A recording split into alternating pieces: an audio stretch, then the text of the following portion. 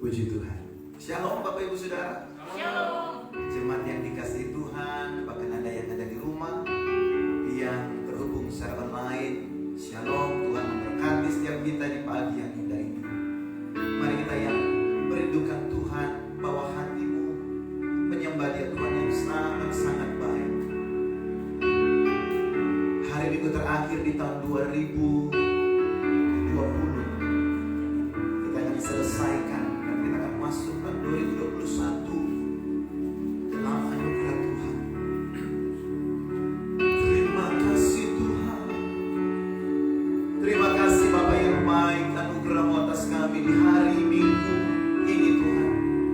Engkau sudah pimpin kami sampai hari ini.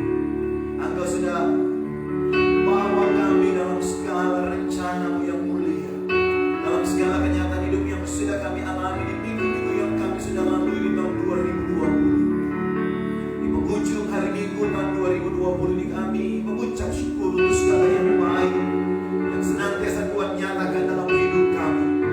Kami membawa seluruh keberadaan hidup kami, roh, jiwa, tubuh, pikiran, perasaan kami dalam tangan Tuhan. Biar kami boleh benar-benar mengalami Tuhan.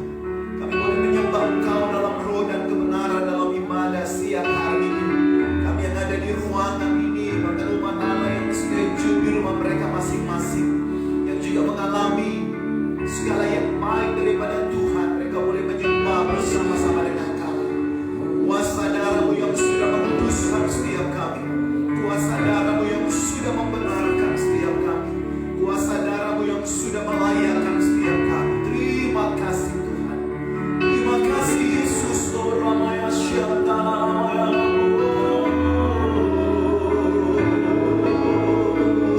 Haleluya.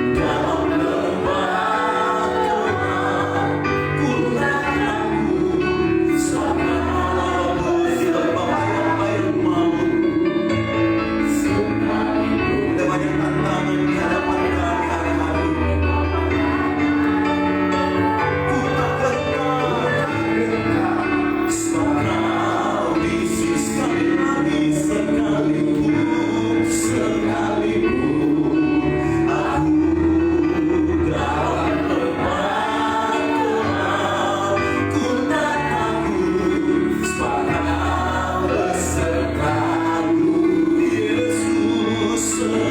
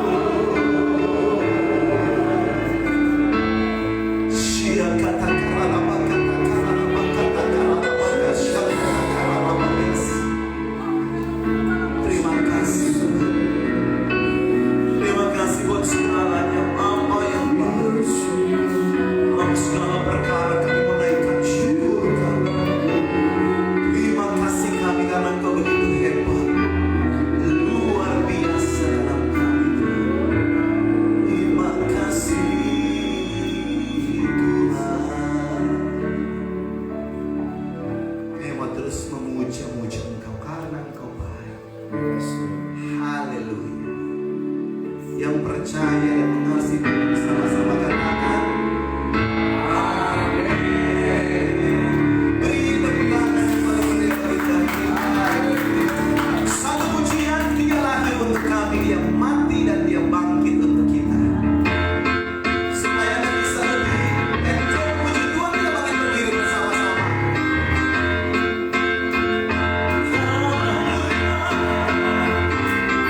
Dia lahir untuk kami, dia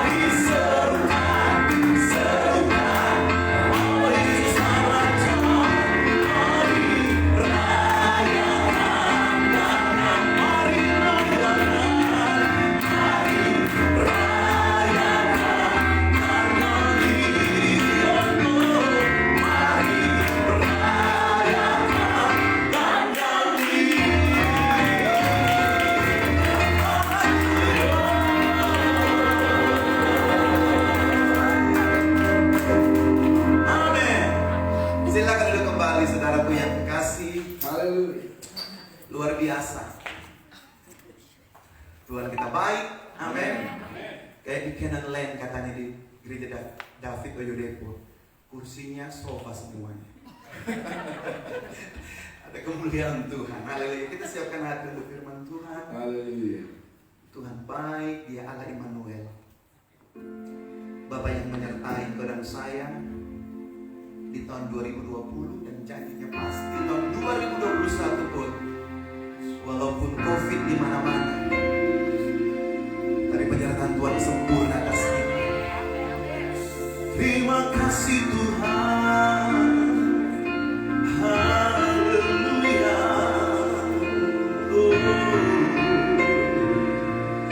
Haleluya.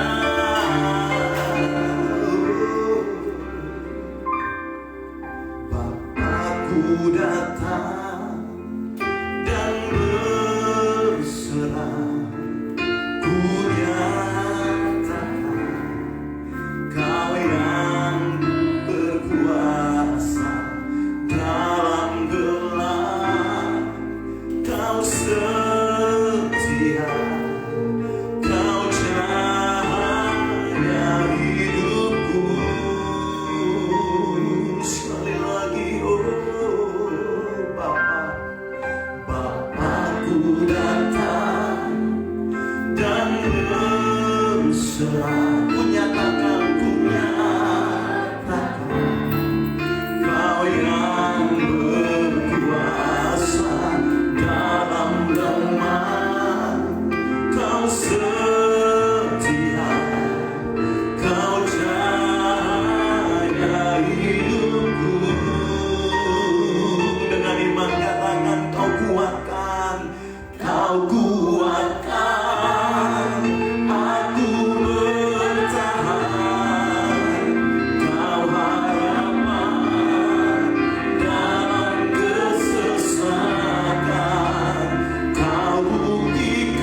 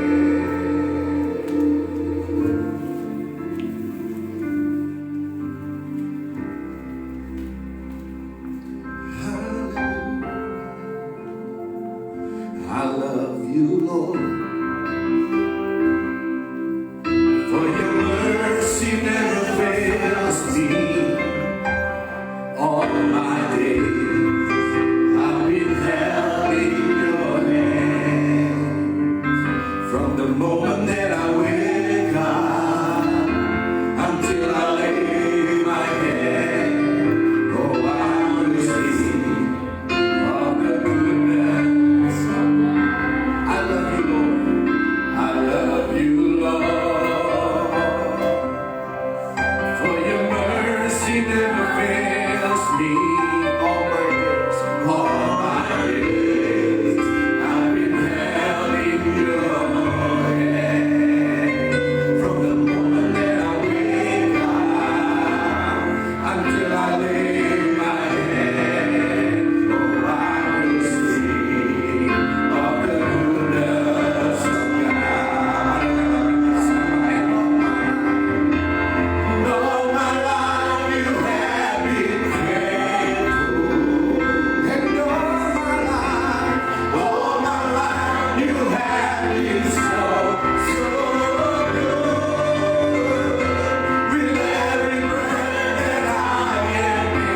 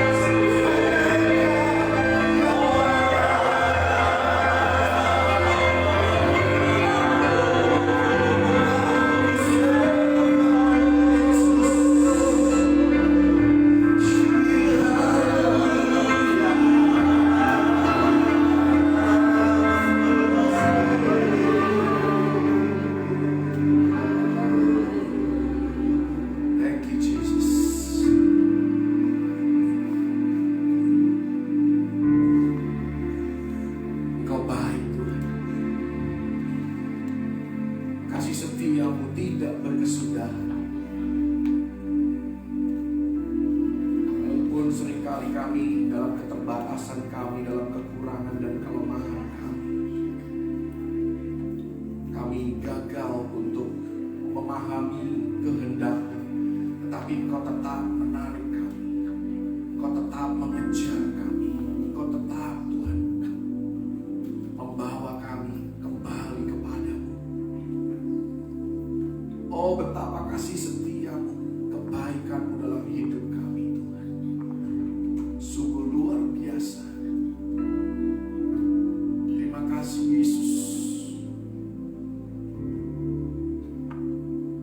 untuk segala yang sudah Kau lakukan dalam hidup kami. Tanpa Engkau, oh, kami tidak mampu, Tuhan. Tanpa Engkau, tidak mungkin kami ada sebagaimana kami ada.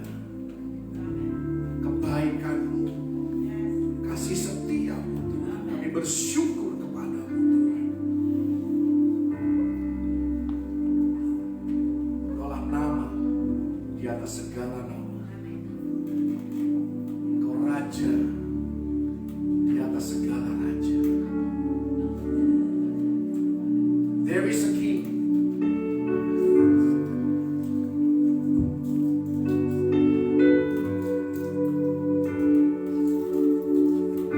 Seated among us.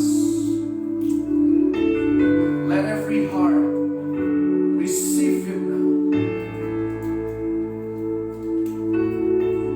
Where there is praise, He will inhabit.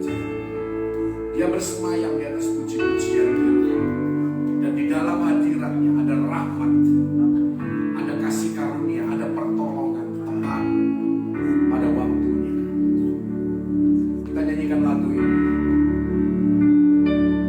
There is a King seated among us. Let everyone receive Him now.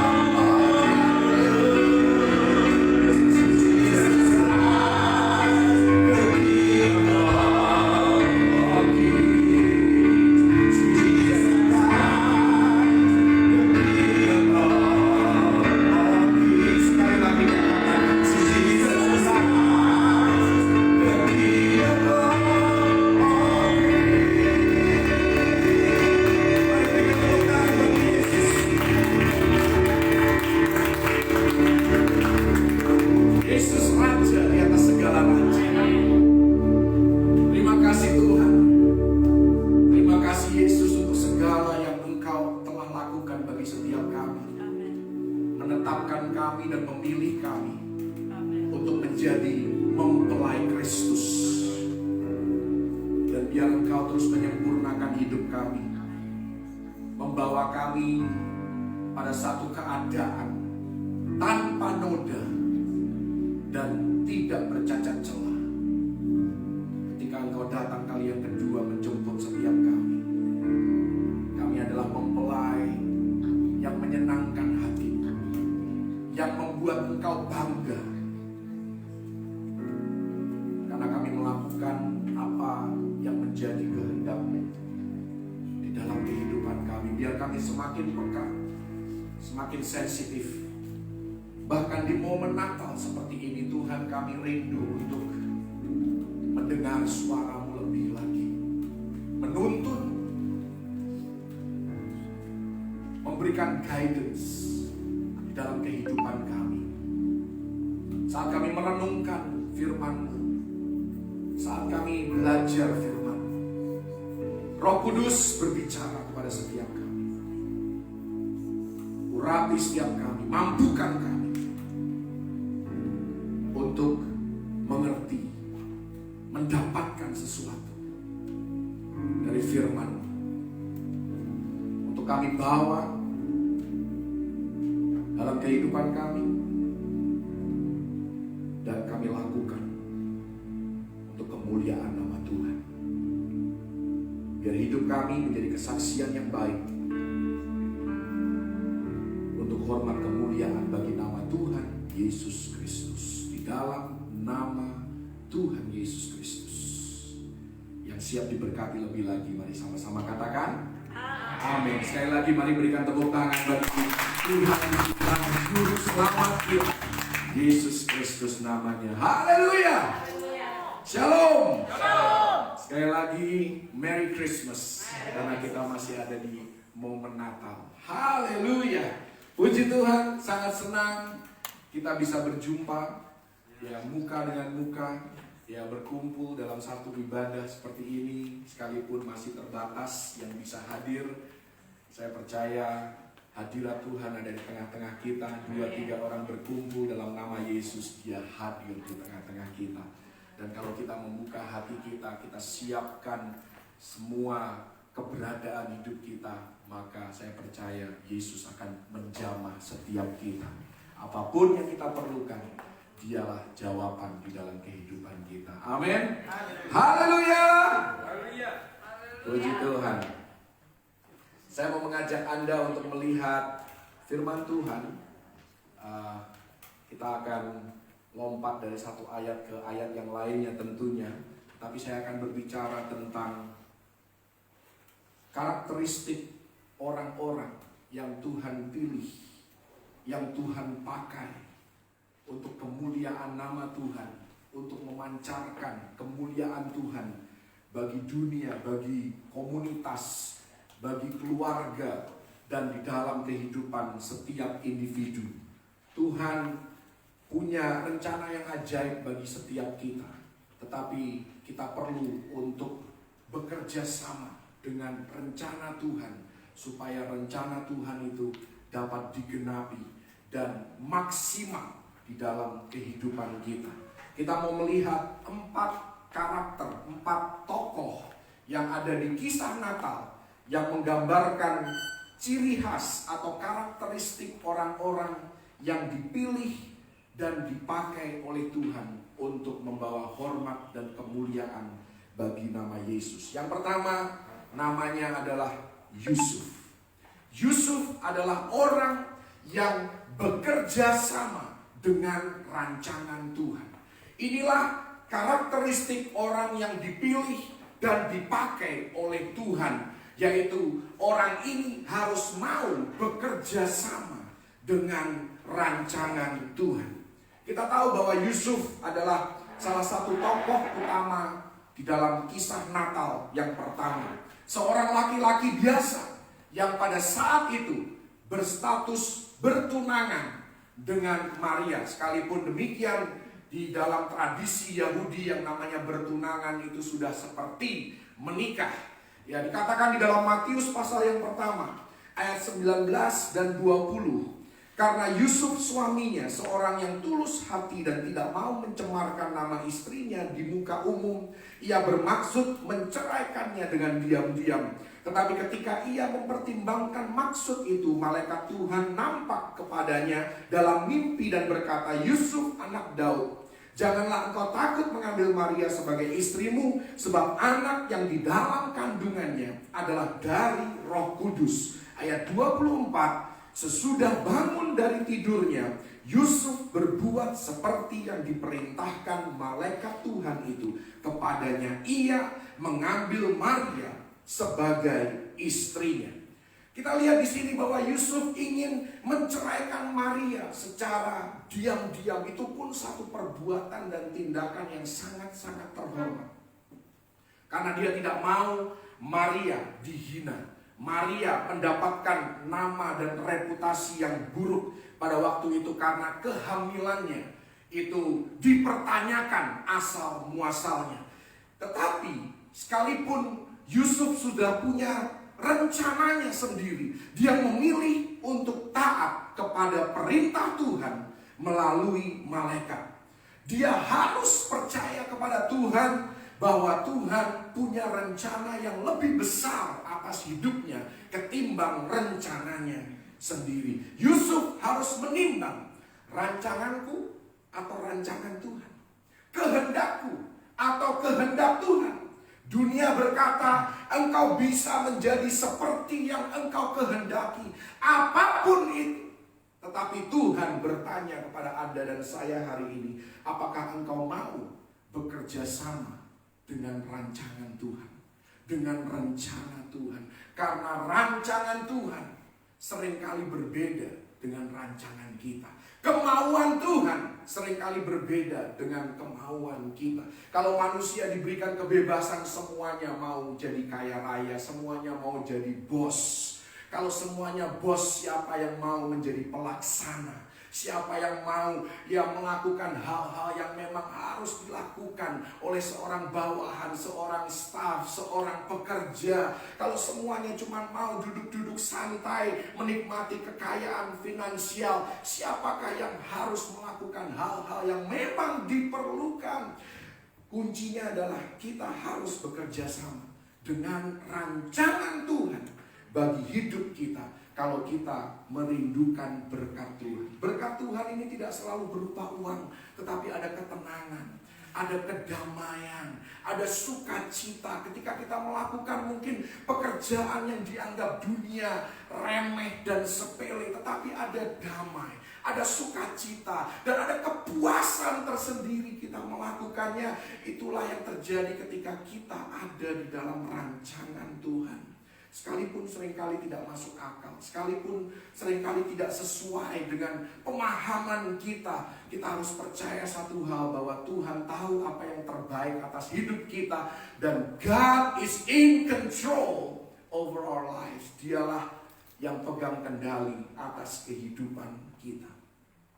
Saya melihat seringkali dalam kehidupan saya pribadi pun, kalau saya diberikan kebebasan, tentunya saya mau gaji yang sebesar-besarnya, penghasilan yang sebesar-besarnya, jabatan dalam kantor atau di perusahaan yang setinggi-tingginya. Tetapi apakah benar itu kehendak Tuhan bagi saya? Itu yang seringkali terus saya evaluasi di dalam kehidupan saya. Dan saya melihat ke sekeliling saya, teman-teman saya yang sudah mendapatkan jabatan seperti yang saya inginkan. Saya melihat kehidupan mereka, oh iya, penghasilan besar, tetapi keluarga berantakan, hidupnya stres.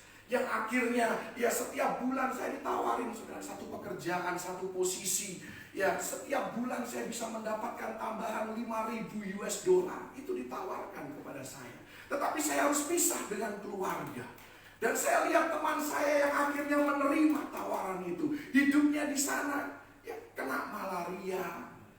Dia main gila dengan perempuan lain, selingkuh, jauh dari keluarga, lingkungan yang sangat-sangat tidak ideal, demi tambahan 5.000 US dollar. Saya tidak katakan bahwa pilihan dia salah, karena semua orang punya jalan hidup yang Tuhan sudah atur, yang Tuhan sudah tetapkan. Tetapi pilihan itu bukan bagi saya, dan saya harus tahu porsi kehidupan saya. Saya harus tahu panggilan dan bagian hidup saya, apa yang saya harus puas untuk terima dan lakukan dan belajar untuk taat seiring dengan Tuhan menetapkan setiap langkah kehidupan saya. Karena itu kalau kita mengerti firman Tuhan, kita tidak bisa menjadi seperti yang kita mau. Tetapi pada akhirnya kita akan menjadi pribadi seperti yang dikehendaki oleh Tuhan, pada posisi dan tempat yang ditentukan oleh Tuhan, dan di sanalah kita akan mendapatkan kepuasan. Haleluya. Itu yang harus kita temukan. Amsal 10 ayat 22 dikatakan di dalam bahasa Inggris, saya terjemahkan ke bahasa Indonesia. Anda sudah tahu ayat ini. Dikatakan di sana, berkat Tuhanlah yang menjadikan kaya. Nah, bagian kedua ini saya ambil dari versi King James dalam bahasa Inggris. Tidak ditambahinya susah payah padanya. Jadi Tuhan tidak menambahkan susah payah ke atas berkat yang Dia berikan dan karuniakan di dalam kehidupan kita. Buat apa? Kita punya ambisi besar, kemudian ambisi itu tercapai, kemudian kerohanian kita berantakan. Buat apa kalau kita mendapatkan jabatan yang tinggi, gaji yang besar, tetapi harus menceraikan istri karena ada masalah keluarga, ya tidak akur dengan anak-anak, tidak akur dengan saudara, tidak punya hubungan dengan komunitas. Buat apa? Kehilangan teman demi jabatan. Saya melihat, saudara, secara pribadi, lingkungan di sekitar kehidupan saya, orang-orang yang mendapatkan apa yang mereka inginkan, yang belum tentu apa yang Tuhan inginkan. Karena berkat daripada Tuhan, tidak ada susah payah di atasnya.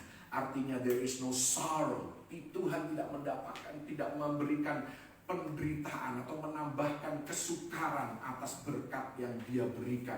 Ketika Dia memberkati kita, Tuhan mau supaya keluarga kita tetap harmonis, pernikahan kita tetap baik, kerohanian kita tetap terjaga, kita menjadi orang yang taat dan tunduk kepada kebenaran firman Tuhan. Itulah yang dimaksud dengan berkat Tuhan menjadikan kaya.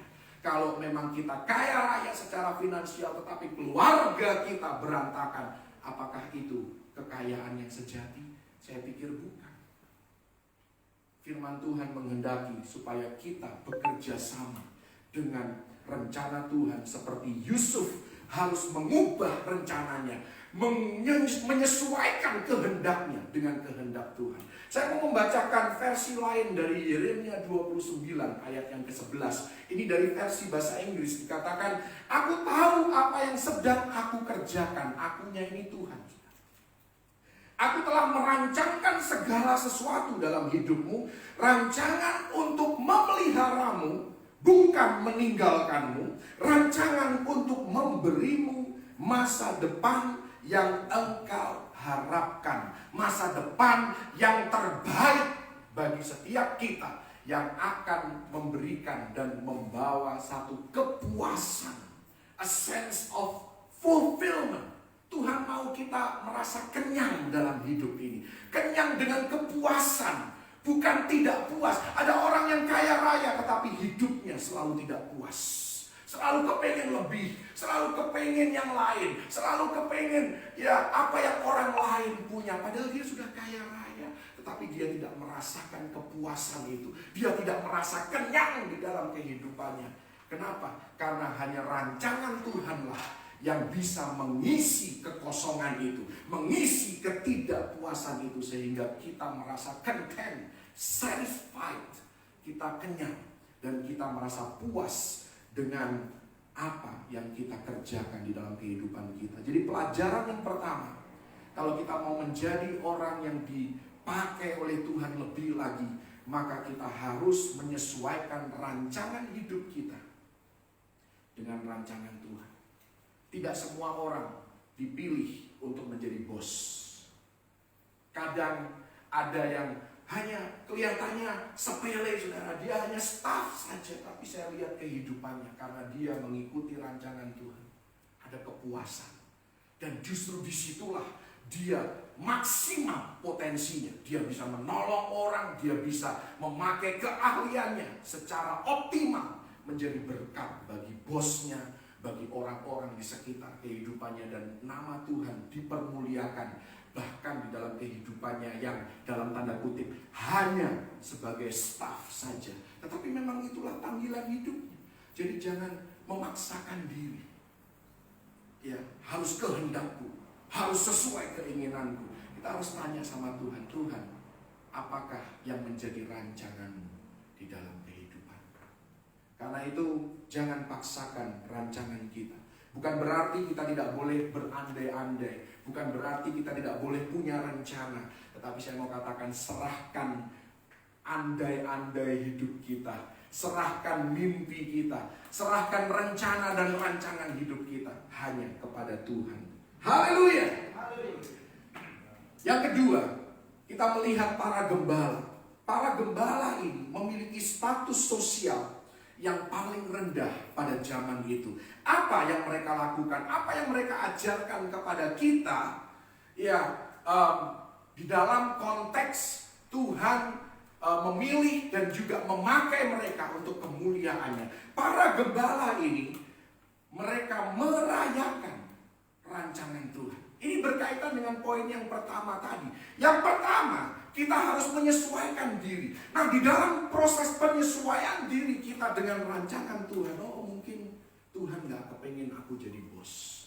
Mungkin Tuhan gak kepengen aku jadi orang yang seperti konglomerat, hartanya tidak terbatas. Tetapi Tuhan selalu cukupkan. Nah, di dalam proses penyesuaian antara kehendak kita menuju kepada kehendak Tuhan, rancangan kita kepada rancangan Tuhan, prosesnya pasti tidak enak. Nah, para gembala itu mengisi gap ini, saudara. Ya, mereka merayakan rancangan Tuhan. Sekalipun mereka belum mengerti sepenuhnya. Mereka mungkin kaget dan mereka terkejut. Mereka juga tidak memahami seutuhnya. Tetapi mereka memilih untuk memuliakan Tuhan, merayakan Tuhan, memuji-muji Tuhan. Di saat proses penyesuaian dari kehendak manusia menuju kepada kehendak Tuhan. Inilah yang harus kita lakukan. Mungkin kita tidak suka dengan rencana Tuhan. Tuhan, aku maunya jadi bos. Aku maunya jadi konglomerat. Kenapa? Kok jabatanku gak naik-naik? Kenapa kok account di bankku gak naik-naik? Tetapi di dalam proses dari yang tadinya komplain, keluh kesah, sungut-sungut, kita mulai memuji Tuhan. Kita mulai merayakan. Dan kita mulai happy. Ya, berusaha untuk happy. Awalnya berusaha. Tetapi Roh Kudus akan menolong kita menjadi kenyang, menjadi puas dengan kehendak Tuhan. Dan ya, kita bisa mensyukuri kehendak Tuhan. Kita bisa mensyukuri rencana Tuhan. Oh, ternyata enak juga ya jadi bawahan. Enak juga ya, nggak harus mikirin bisnis, apalagi dalam kondisi seperti ini. Ya, yang penting setiap bulan terima gaji, itu ada positifnya, saudara. Itu bukan hal yang buruk. Bayangkan ya, bisnismen hari-hari ini pasti mikirin, aduh pegawaiku gimana ya. Ya seperti saya belajar dari Pak Budi, ya kan, dari Camp David, selalu mikirin kan, aduh pegawai di puncak gimana, aduh di puncak kok nggak seramai seperti dulu. Ya, saya bersyukur, saudara. Kalau saya bukannya artinya terus Pak Budi salah jalan, bukan seperti itu maksudnya. Tetapi setiap orang punya panggilan, setiap orang ya punya ketetapan dari Tuhan. Tetapi di dalam konteks ini saya bersyukur, puji Tuhan, saya masih punya gaji tetap setiap bulan. Dan bahkan saya bisa mensupport keluarga. Saya bisa menjadi berkat bagi orang-orang di sekitar kehidupan saya.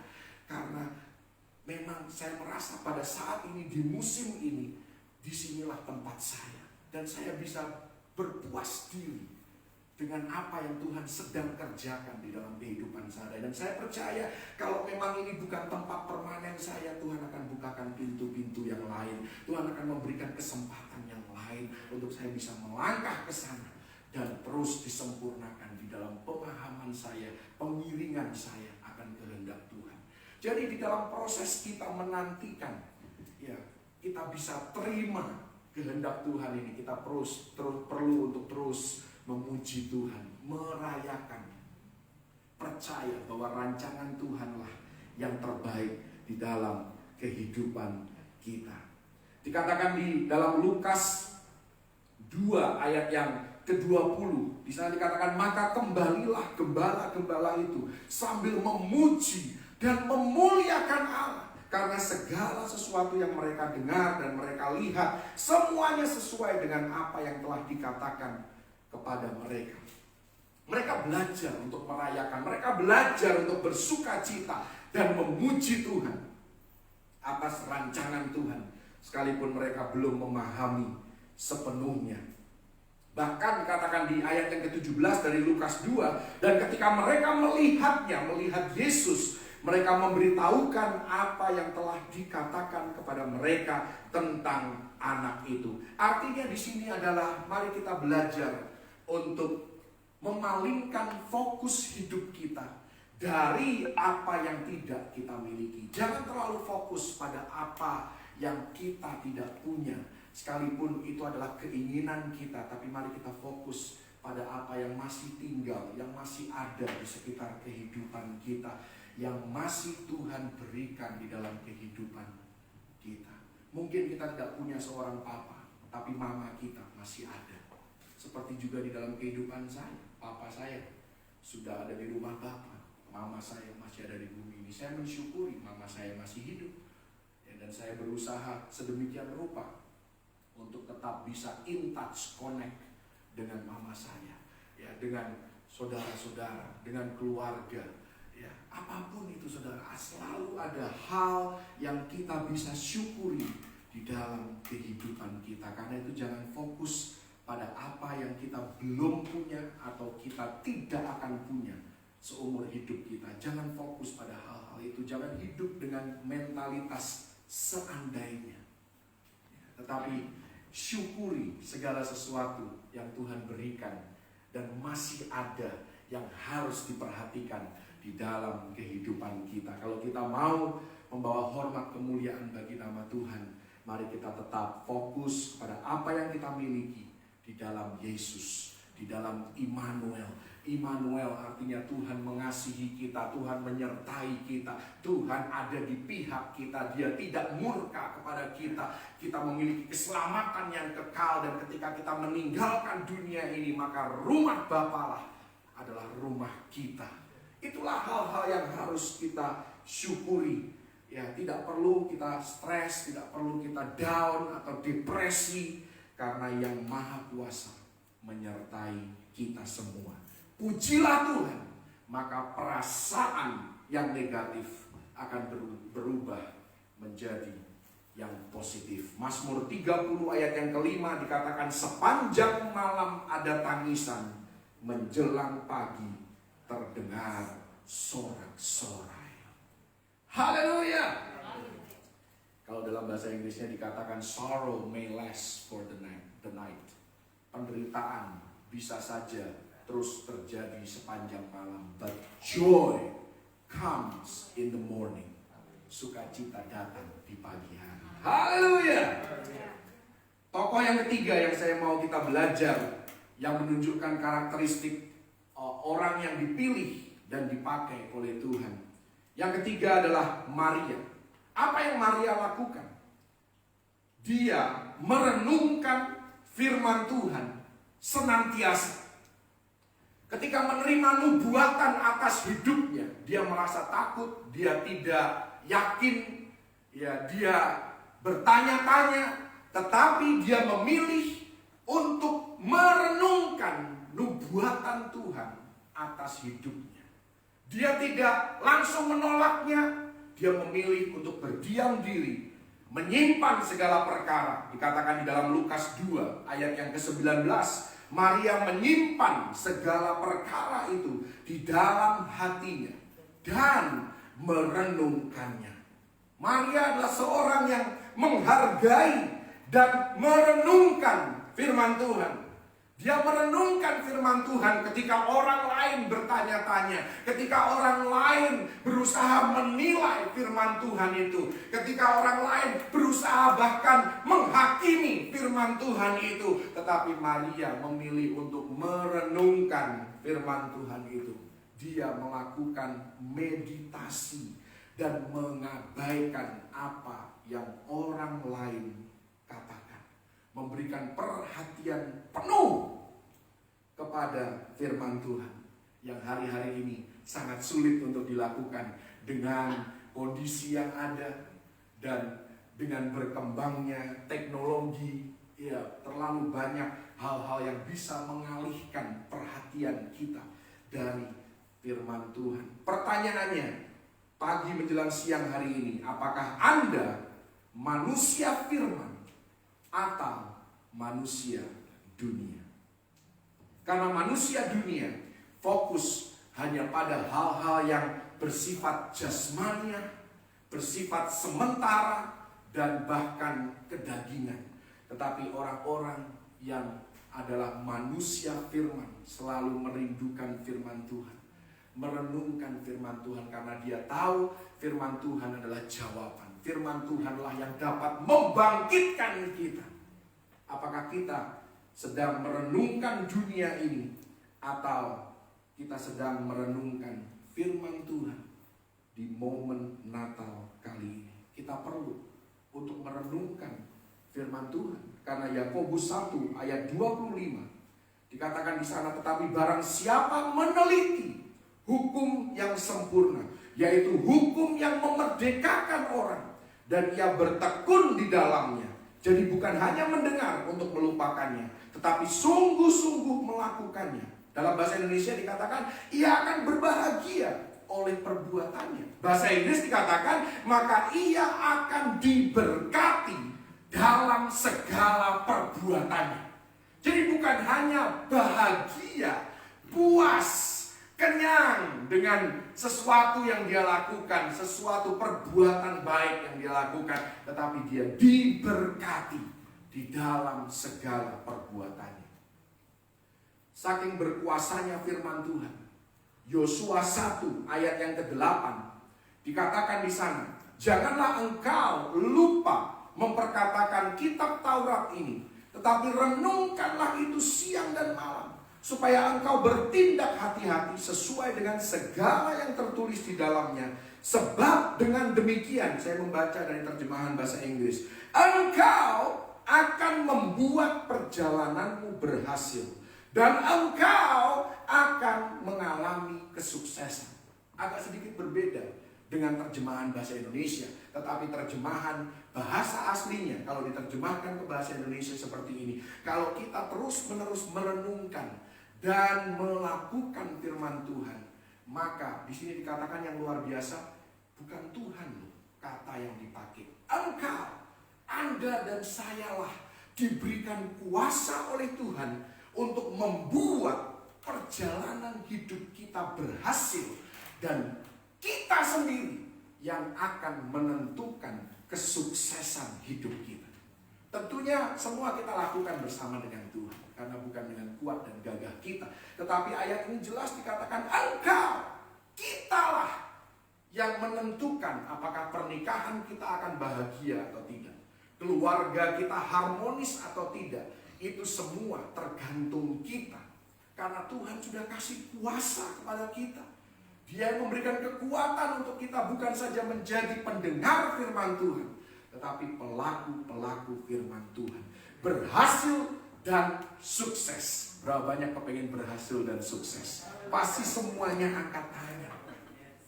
Tapi tahukah Anda, Andalah pemegang kendali keberhasilan dan kesuksesan di dalam hidup Anda. Berdasarkan ayat ini, saudara.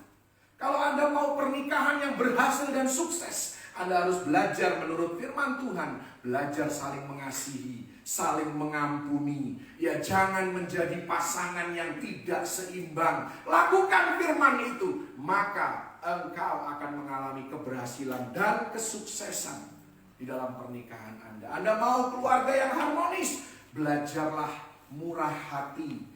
Orang tua dan anak saling menghormati. Ya, orang tua tidak menyakiti anak, anak taat kepada perintah orang tua, dan seterusnya. Itu juga tertulis di dalam Alkitab. Kalau kita bukan saja tahu tetapi melakukan hal itu, maka kitalah yang menentukan kesuksesan keluarga itu demi kemuliaan nama Tuhan. Kalau Anda mau punya bisnis yang memuliakan Tuhan dan menjadi berkat, menjadi contoh dan teladan yang baik, adakah integritas di dalam bisnis Anda? Itu sangat diperlukan karena firman Tuhan katakan, bukan dengan kekuatan kita atau kelicikan kita yang membuat bisnis kita sukses, tetapi Tuhanlah yang memberikan kekuasaan, kuasa untuk memperoleh kekayaan, kekuatan untuk memperoleh kekayaan. Kalau Anda mau punya persahabatan yang sukses dan berhasil, jangan menjadi orang yang egois, karena firman Tuhan katakan, mari kita juga mempertimbangkan perasaan orang lain. Ya kan, persahabatan kalau cuman egois saja susah, saudara. Ya, cuman mau mengambil dan mengambil, tidak pernah mau memberi, maka itu bukan persahabatan yang sejati. Kalau Anda mau diberkati dan sukses, berhasil secara finansial, apakah engkau sudah memberi seperti yang tertulis di dalam firman Tuhan? Tuhan katakan, ujilah aku. Dan satu-satunya tempat di mana Tuhan mau diuji adalah dalam hal perpuluhan. Apakah kita suka memberi? Karena apa yang kita tabur, maka kita akan tuai. Orang yang memberi banyak akan menuai banyak juga. Dan Tuhan mengasihi orang-orang yang memberi dengan sukacita. Jadi baca saja firman Tuhan sekalipun kita tidak memahaminya. Saya seringkali kagum juga dengan anak saya Carmen ini, saudara, karena dia mulai baca kitab Keluaran. Kalau Anda baca kitab Keluaran itu kan awalnya wah seru ya. Begitu nyampe di Gunung Sinai, isinya itu cuma bagaimana instruksinya Tuhan membangun kemah Musa, membangun yang nantinya akan menjadi pola bait Allah. Dan saya suka tanya sama Carmen hari ini baca pasal berapa? Pasal 30, 31 dari Keluaran. Ngerti enggak? Enggak. Enggak, karena isinya hal-hal yang memang sulit untuk dimengerti, kecuali Anda adalah murid Alkitab yang benar-benar sudah diberikan pemahaman, Anda sendiri mau belajar dan menggali pelajaran dari Alkitab. Tetapi saya menghargai. Kenapa? Karena untuk membaca saja itu tidak mudah. Tapi kalau Anda mau membaca, sekalipun tidak mengerti atau belum mengerti, dengarkan saja firman Tuhan. Sekalipun mungkin hal itu tidak relevan bagi Anda saat ini, tetapi jadilah seperti Yusuf di masa kelimpahan. Kalau Anda belum perlu dengar firman, itu artinya Anda hidup di masa kelimpahan. Mari Anda menabung firman. Karena Anda tidak pernah tahu masa dan musim dalam kehidupan kita. Kita bisa saja masuk di masa kekeringan, paceklik, ya kan?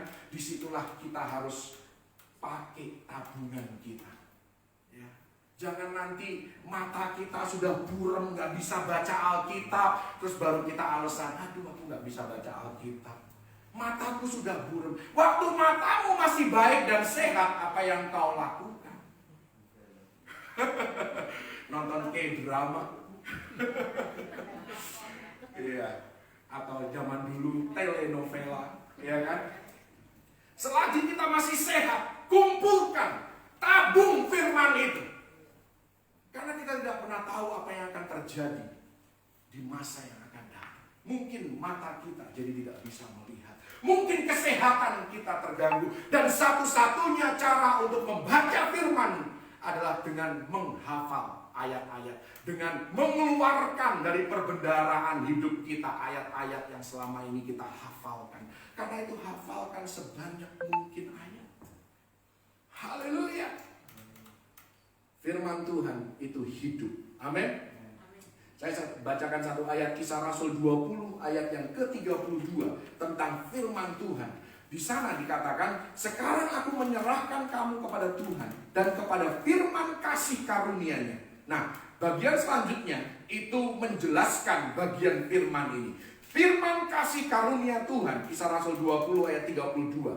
Firman itu berkuasa membangun kamu dan menganugerahkan kepada kamu bagian yang ditentukan bagi semua orang yang telah dikuduskannya. Ini berbicara tentang Anda dan saya, orang-orang percaya.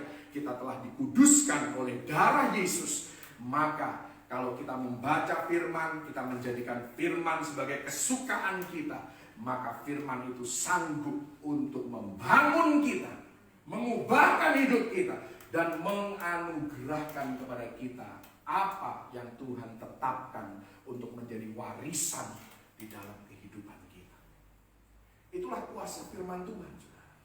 Yang keempat dan yang terakhir, kita akan belajar dari tokoh yang terakhir di kisah Natal yang pertama, yaitu orang-orang Majus. The wise men, dalam bahasa Inggris dikatakan. Apa yang mereka lakukan? Yang mereka lakukan adalah mereka mendedikasikan apa yang mereka miliki untuk kemuliaan nama Tuhan. Orang-orang Majus ini adalah orang yang berpendidikan, orang-orang yang berperawakan baik, yang memahami berbagai-bagai hikmat, berpengetahuan banyak, seperti ditulis dalam Daniel 1 ayat yang keempat. Mereka punya pengertian tentang ilmu. Mereka cakap untuk bekerja dalam istana raja. Bahkan mereka diajarkan tulisan dan bahasa orang Kasdim. Bahkan mungkin mereka juga belajar bahasa-bahasa yang lain yang populer pada zaman itu. Mereka bukan orang sembarangan. Mereka orang yang berpendidikan, mereka para penasehat raja, mereka ahli ilmu perbintangan atau astronomi. Mereka mendedikasikan, mempersembahkan apa yang mereka miliki, tubuh mereka, talenta mereka, karunia mereka untuk membawa kemuliaan bagi Yesus. Hadiah yang mereka bawa bagi Yesus bukanlah hadiah yang sembarangan, tetapi hadiah yang mereka renungkan, mereka pikirkan, mereka kalkulasi apa yang signifikan, apa yang berharga untuk mereka berikan kepada bayi yang luar biasa. Matius 2 ayat yang ke-11 di sana dikatakan, maka masuklah mereka ke dalam rumah itu dan mereka melihat anak itu bersama Maria ibunya, lalu sujud menyembah dia. Mereka pun membuka tempat harta bendanya dan mempersembahkan persembahan kepadanya, yaitu emas, kemenyan, dan mur. Sekalipun mereka berpendidikan, orang biasanya kalau berpendidikan punya jabatan tinggi seringkali jaim. Bahkan di gereja pun untuk angkat tangan kayaknya sulit banget. Karena apa? Hidupnya nyaman. Tidak ada yang dia perlukan. Dia tidak kekurangan apa-apa. Dan image-nya itu begitu penting. Rasanya kalau orang melihat dia angkat tangan di gereja itu seolah-olah menunjukkan bahwa dia itu manusia yang lemah. Dia tidak mau terlihat lemah di depan orang lain. Tetapi orang Majus berbeda. Mereka datang. Bayi ini bukan bayi, saudara, karena Yesus sudah anak. Di sini dikatakan tadi kan Matius 2. Jadi mungkin ini sudah 1 tahun atau bahkan mungkin 2 tahun setelah kandang Bethlehem. Karena Yesus tidak lagi di kandang, Yesus ada di sebuah rumah. Mereka datang kepada anak kecil. Dan apa yang mereka lakukan? Mereka sujud dan menyembah Yesus. Yang perlu diperhatikan di sini, mereka tidak sujud menyembah Maria. Mereka sujud menyembah Yesus. Maria hanyalah bejana. Maria patut dihormati. Yes, saya setuju, dia patut dihormati. Tetapi Maria tidak punya atribut ilahi seperti yang Tuhan punya. Jangan pikir Maria bisa mendengarkan doa umatnya seluruh dunia pada saat yang bersamaan. Hanya Yesus yang bisa lakukan itu. Hanya Tuhan yang punya atribut itu, saudara. Maria manusia biasa yang dipakai oleh Tuhan, dipilih oleh Tuhan. Kita orang percaya harus menyembah dan berdoa kepada Yesus saja. Haleluya.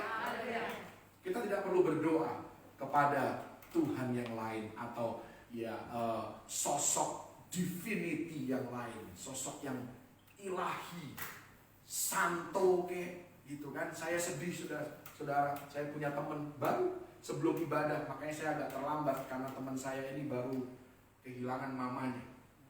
Mamanya baru saja meninggal secara mendadak.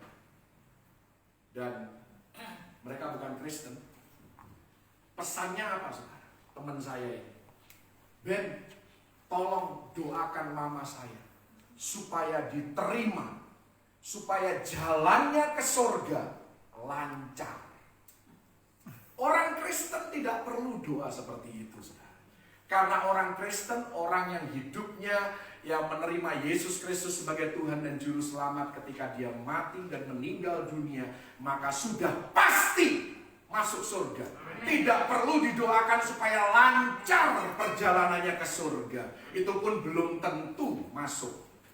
Kasihan banget saudara, saya kasihan. Saya nggak tahu lagi mau ngomong apa sama. Hari-hari ini Anda tahu di tengah pandemi sulit untuk bertemu muka dengan muka. Bahkan dengan seorang pemimpin agama pun. Ada satu agama yang mewajibkan pengakuan dosa. Terus saya tanya, emang kalau kamu nggak mengaku dosa gimana? Ya dosanya nggak diampuni. Siapakah pemimpin agama sedahsyat itukah manusia?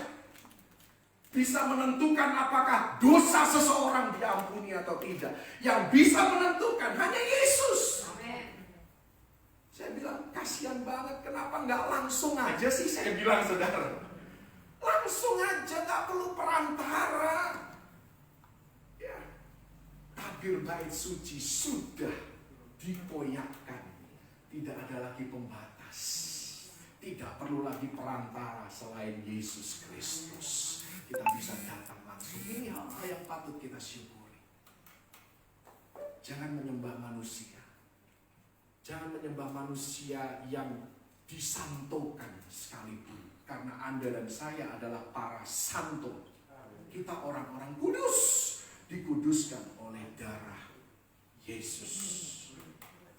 Dosa kita diampuni. Bukan berdasarkan pengakuan kita kepada manusia. Tetapi ketika kita menerima Yesus Kristus sebagai Tuhan dan Juru Selamat. Dosa kita, masa lalu, masa sekarang, dan masa depan diampuni oleh darah yang sangat berkuasa.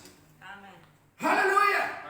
Dan tentunya sebagai orang percaya itu bukanlah alasan untuk kita hidup sembrono. Karena sebagai orang percaya satu-satunya bukti bahwa kita hidup di dalam keselamatan yang kekal kalau hidup kita menjadi semakin baik dan serupa dengan Yesus. Itulah bukti keselamatan, karena iman tanpa perbuatan adalah mati pada hakikatnya. Jadi yang dilakukan oleh para orang Majus, mereka menguduskan, mengkonsekrasikan karunia, talenta, kemampuan mereka bagi Tuhan. Inilah yang harus dilakukan kalau Anda dan saya sudah menjadi orang percaya bertahun-tahun atau bahkan orang percaya yang masih baru. Inilah yang harus kita lakukan. Kita harus memakai segala yang Tuhan berikan dalam kehidupan kita untuk kemuliaan nama Tuhan, menjadi berkat bagi banyak orang di dalam kehidupan kita. Jangan pakai talenta kita, karunia kita untuk pencitraan diri. Boleh kalau Anda mencitrakan diri Anda supaya perhatian semua orang tertuju kepada Yesus. Tapi yang menyedihkan seringkali pencitraan itu supaya semua orang tertarik kepada diri kita. Mari kita pusatkan perhatian lebih lagi kepada Yesus. Kalau orang memuji kita, kita kembalikan segala pujian dan hormat bagi Yesus. Karena Dialah yang membuat kita dimuliakan. Haleluya. Jadi kita belajar orang-orang yang dipilih dan dipakai oleh Tuhan adalah mereka yang bekerja sama dengan rancangan Tuhan, tidak memaksakan kehendaknya sendiri. Mereka bahkan merayakan, bersuka cita, memuji Tuhan untuk rancangannya di dalam kehidupannya. Dan tidak fokus pada apa yang dia tidak miliki, melainkan fokus kepada apa yang Tuhan percayakan di dalam kehidupannya. Satu kehidupan yang merenungkan dan melakukan firman Tuhan senantiasa. Dan pada akhirnya kehidupan yang mendedikasikan segala milik kita untuk kemuliaan nama Tuhan, menjadi berkat bagi lebih banyak orang di sekitar kehidupan kita. Tuhan Yesus memberkati. Thank you Jesus. Hallelujah. Hallelujah. Thank you Lord.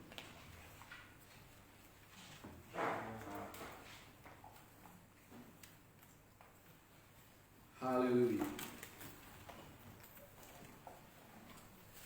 Saya mengajak Anda untuk sekali lagi kita nyanyikan pujian There is a King.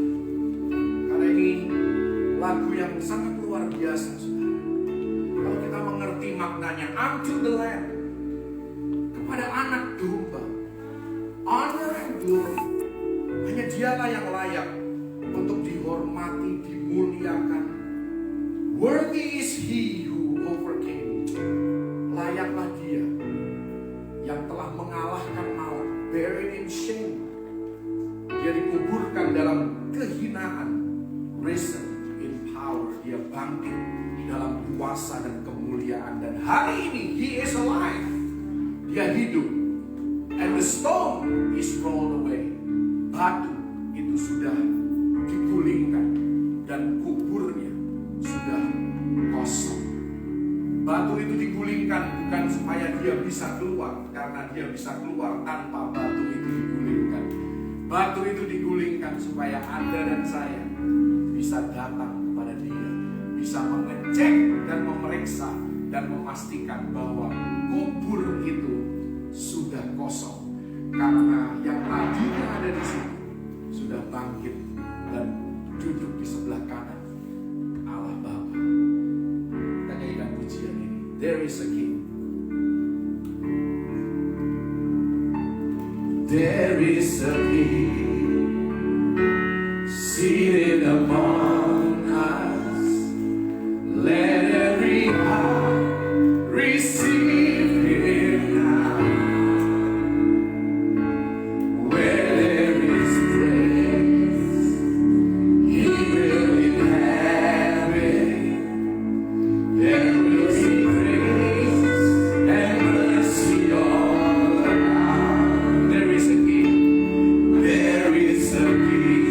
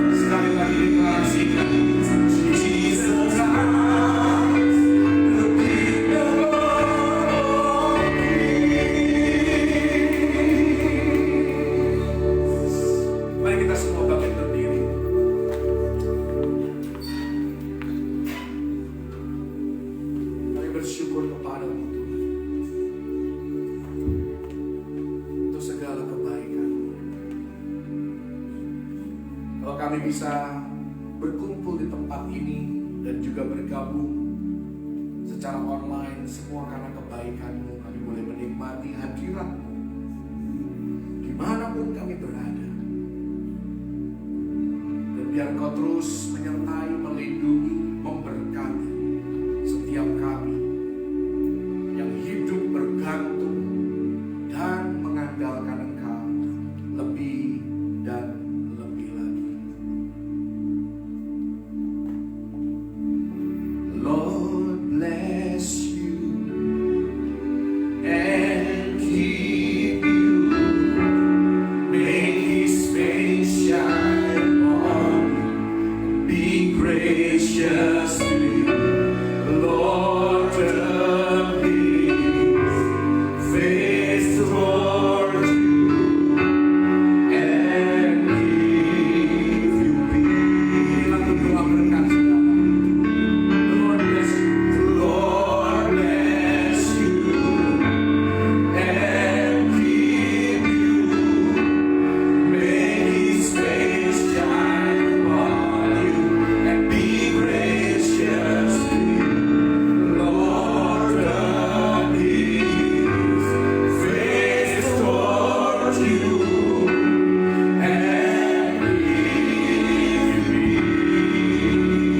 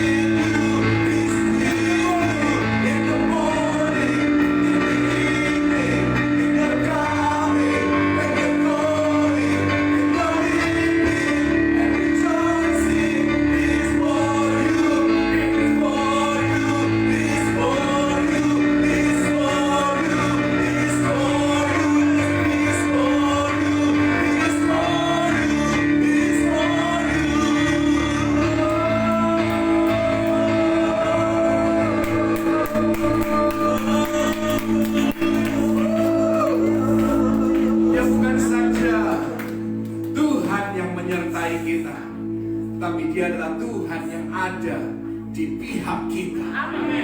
You are for us, Lord Jesus. Engkau ada di pihak kami. Karena itu kami tidak akan kalah. Kami tidak perlu down. Kami tidak perlu stres. Kami tidak perlu depresi. Karena kami adalah orang-orang yang diberkati oleh Tuhan. Orang-orang yang diperkenan oleh Tuhan. Kami bersyukur untuk kemurahan-Mu, Tuhan. Kami bersyukur untuk berkat-berkat-Mu. Biar Natal ini, Tuhan, peringatan akan kelahiran Yesus Kristus, hadirat Yesus Kristus, memenuhi setiap kami dengan sukacita, dengan kasih, dengan damai sejahtera, memenuhi rumah kami dengan senyuman, dengan tawa, dengan hal-hal yang baik, pemulihan keluarga, pemulihan kesehatan, pemulihan keuangan, pemulihan hubungan orang tua dan anak, pemulihan hubungan suami dan istri, pemulihan gereja-Mu, Tuhan, pemulihan di dalam karir anak-anak, di dalam bisnis anak-anak-Mu yang terus bergantung dan mengandalkan serta berharap hanya kepada-Mu. Pemulihan yang daripada-Mu terjadi. Dan biar ini merupakan awal dari sesuatu yang dahsyat yang sedang Engkau kerjakan, dan Engkau membawa kami ke sana, Tuhan. Mengakhiri tahun 2020, masuk tahun 2021, kami terus mau berharap hanya kepada-Mu. Kami mau terus memandang Engkau dan fokus kepada-Mu saja, Tuhan. Karena Engkaulah yang tahu masa depan kami. Bahkan masa depan kami terjamin di dalam tangan-Mu saja. Terima kasih, Tuhan.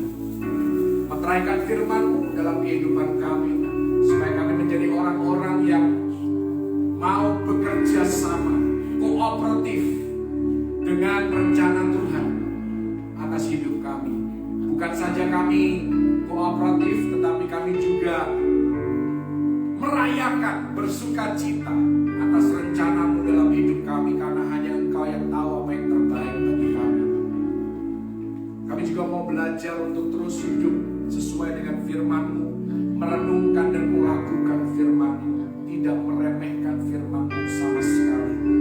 Bahkan kami mendedikasikan, mempersembahkan seluruh keberadaan hidup kami untuk kemuliaan nama Tuhan, menjadi kesaksian yang baik di mana Kau tempatkan kami.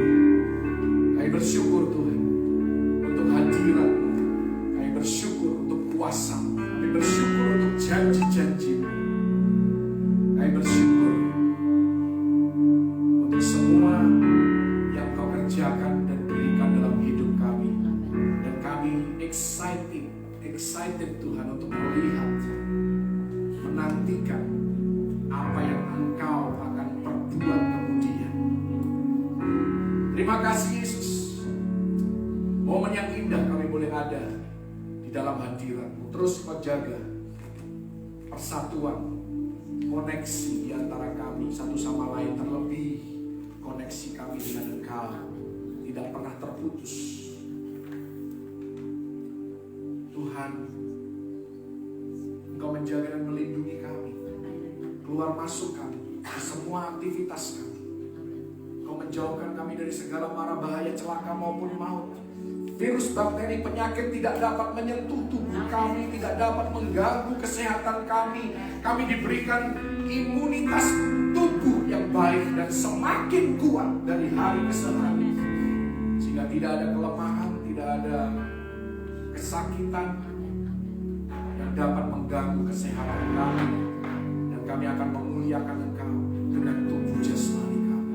Setiap senjata yang ditempa terhadap kami dan keluarga besar kami tidak akan berhasil, di dalam nama Tuhan Yesus Kristus.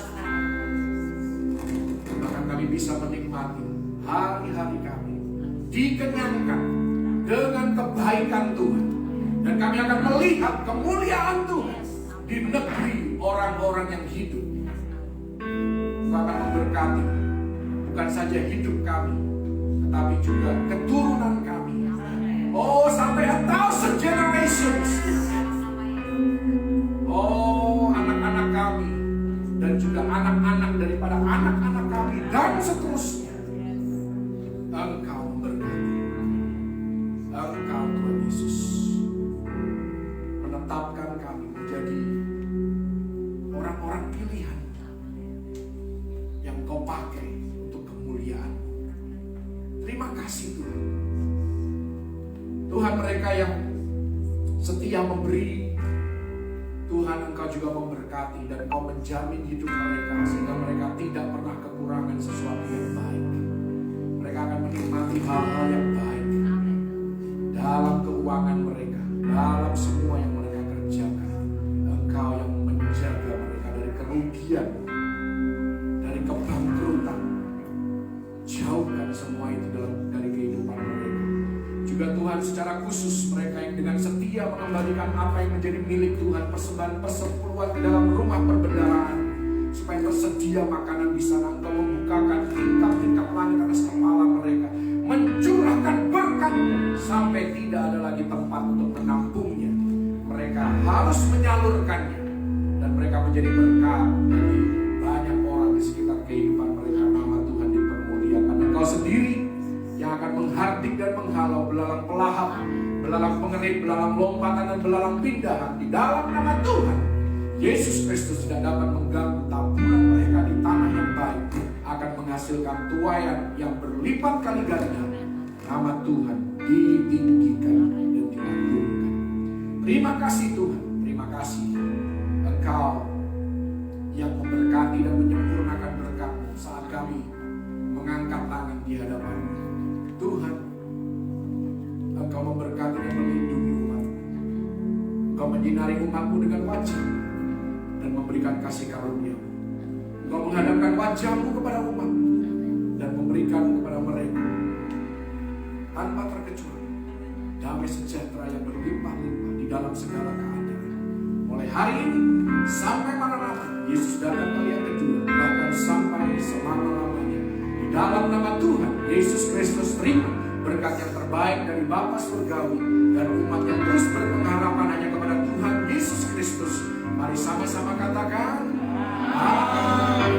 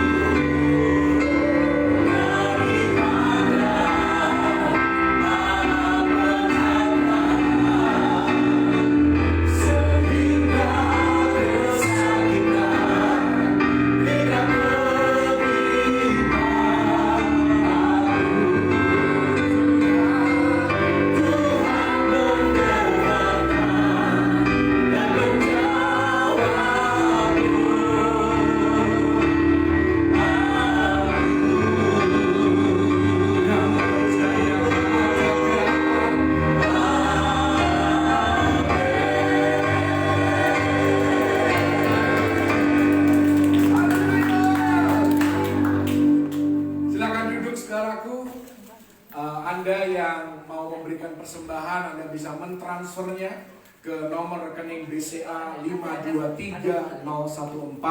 523-014-5247. Sekali lagi nomor rekening BCA